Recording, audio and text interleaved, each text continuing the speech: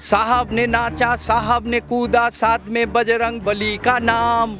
बजरंग बली ने पल्ला झाड़ा, बजरंग बली ने पल्ला झाड़ा, दक्षिण में मिट गए भाजपा का नाम। जोगीरा सारा रा रा रा, जोगीरा सारा रा रा रा, जोगीरा सारा रा रा रा। मोटा भाई ने काटा चक्कर मांगा कर्नाटक की ताज, मोटा भाई ने काटा चक्कर मांगा कर्नाटक की ताज।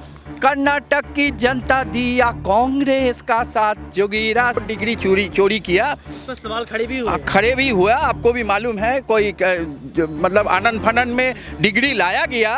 अमित शाह जी ने डिग्री दिखाया तो ठीक है, उन्होंने बोला हम इतना साल उम्र में निकल गए थे, फिर कॉलेज में कैसे हुआ, क्या हुआ, नहीं हुआ, तो वो तो कॉन्ट्राडिक्टरी उनके तरफ है।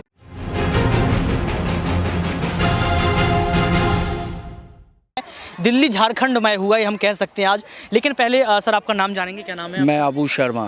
शर्मा जी, कैसे देखते हैं इस बार 24 का चुनाव नज़दीक है, और सबसे बड़ी बात यह है कि यहाँ पर ये कहा जा रहा है कि गठबंधन तो आपने करवा दिया, गठबंधन तो हो गया, लेकिन जब टिकट बंटवारे की बात आएगी तो गठबंधन तो टूटने वाला है। नहीं, ऐसा कोई बात नहीं है। देखिए, ये जो गठबंधन हुआ, ये संविधान बचाने का गठबंधन है। ये देश का जो कॉन्स्टिट्यूशनल इंस्टीट्यूट है उसको बचाने के लिए है, और इसमें सबका हिस्सेदारी रहेगा। सब लोगों का एक ही नीति है, एक ही आदर्श है, एक ही विचारधारा है, तो इसमें कोई दिक्कत नहीं होगा। हाँ, एक अलग अलग विचारधारा के लोग जुड़ रहे हैं तो यहाँ कहीं कुछ हो सकता है, कोई मतभेद हो सकता है, लेकिन वो सिद्धांत और विचारधारा का जो लड़ाई है, उस लड़ाई के ऊपर कभी मतभेद नहीं आएगी, ये मेरा कहना है। और मैं ये कह सकता हूँ, कर्नाटक में अभी बहुत बड़ा जीत हुई, तो साहब ने नाचा, साहब ने कूदा, साहब ने नाचा, साहब ने कूदा, साथ में बजरंग बली का नाम।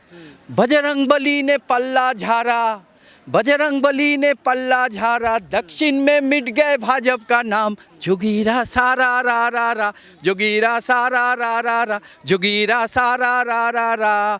मोटा भाई ने काटा चक्कर मांगा कर्नाटक की ताज, मोटा भाई ने काटा चक्कर मांगा कर्नाटक की ताज।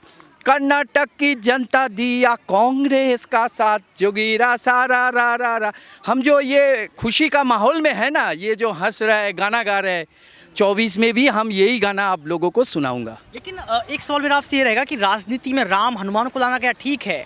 वो हमारे आदर्श हैं, वो हैं तो हम हैं, लेकिन लगातार हनुमान की बात करना या फिर राम की बात करना या फिर जय श्री राम के नारे लगा देना राजनीतिक स्तर पर देखते हुए, क्या ये ठीक आपको लगता है?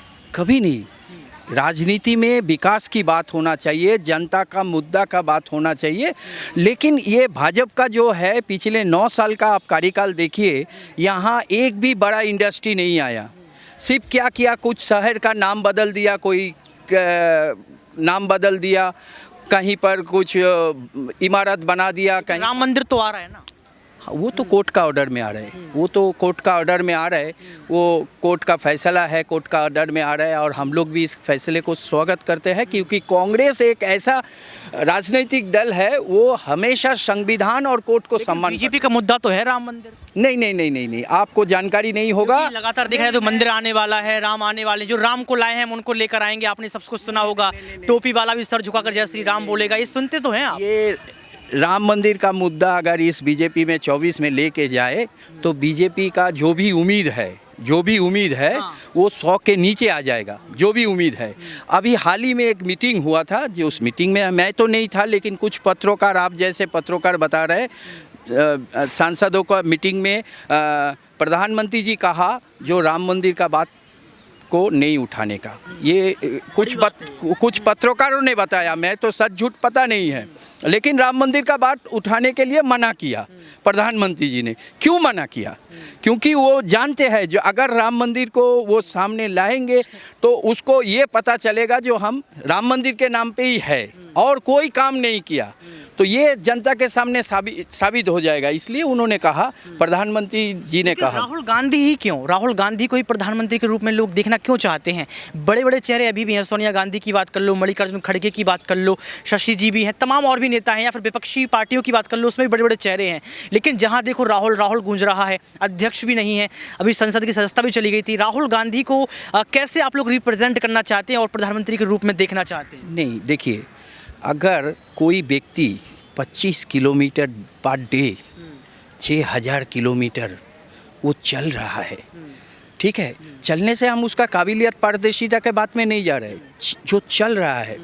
अभी 24 में कांग्रेस का जो मैनिफेस्टो आएगा ना, वो मैनिफेस्टो इतना शक्तिशाली होगा, कहीं पर भी भारतीय जनता पार्टी वहाँ टिक नहीं पाएगा। क्यों?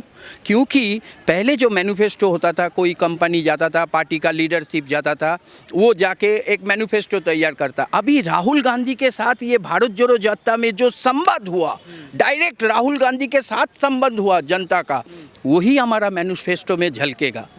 एक बात तो ये रहा, राहुल गांधी लगातार कहते रहे कि ये जो भारत जोड़ो यात्रा है वो कोई चुनावी यात्रा नहीं है, इसको चुनाव से मत जोड़िए, आप चुनाव की बात कर रहे हैं इसमें।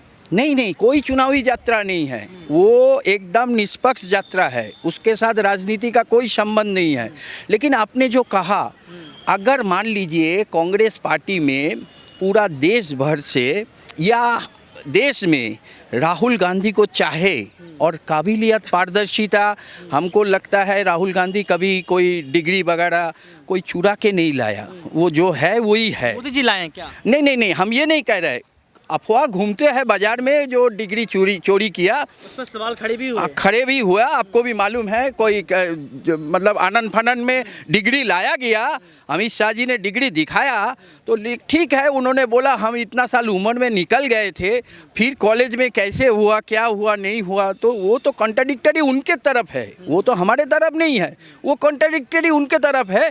लेकिन मैं ये कह रहा हूँ, देश का जनता, भारत जोड़ो राजनीतिक अभियान नहीं था, लेकिन उसके जहाँ जहाँ से गुजरा वहाँ कांग्रेस का प्रदर्शन अच्छा रहा, वहाँ कांग्रेस का वोट मिला, तो 24 तो जीतना सिर्फ समय का इंतज़ार है। 24 में कांग्रेस पार्टी का सरकार बनना सिर्फ समय का इंतज़ार है, ये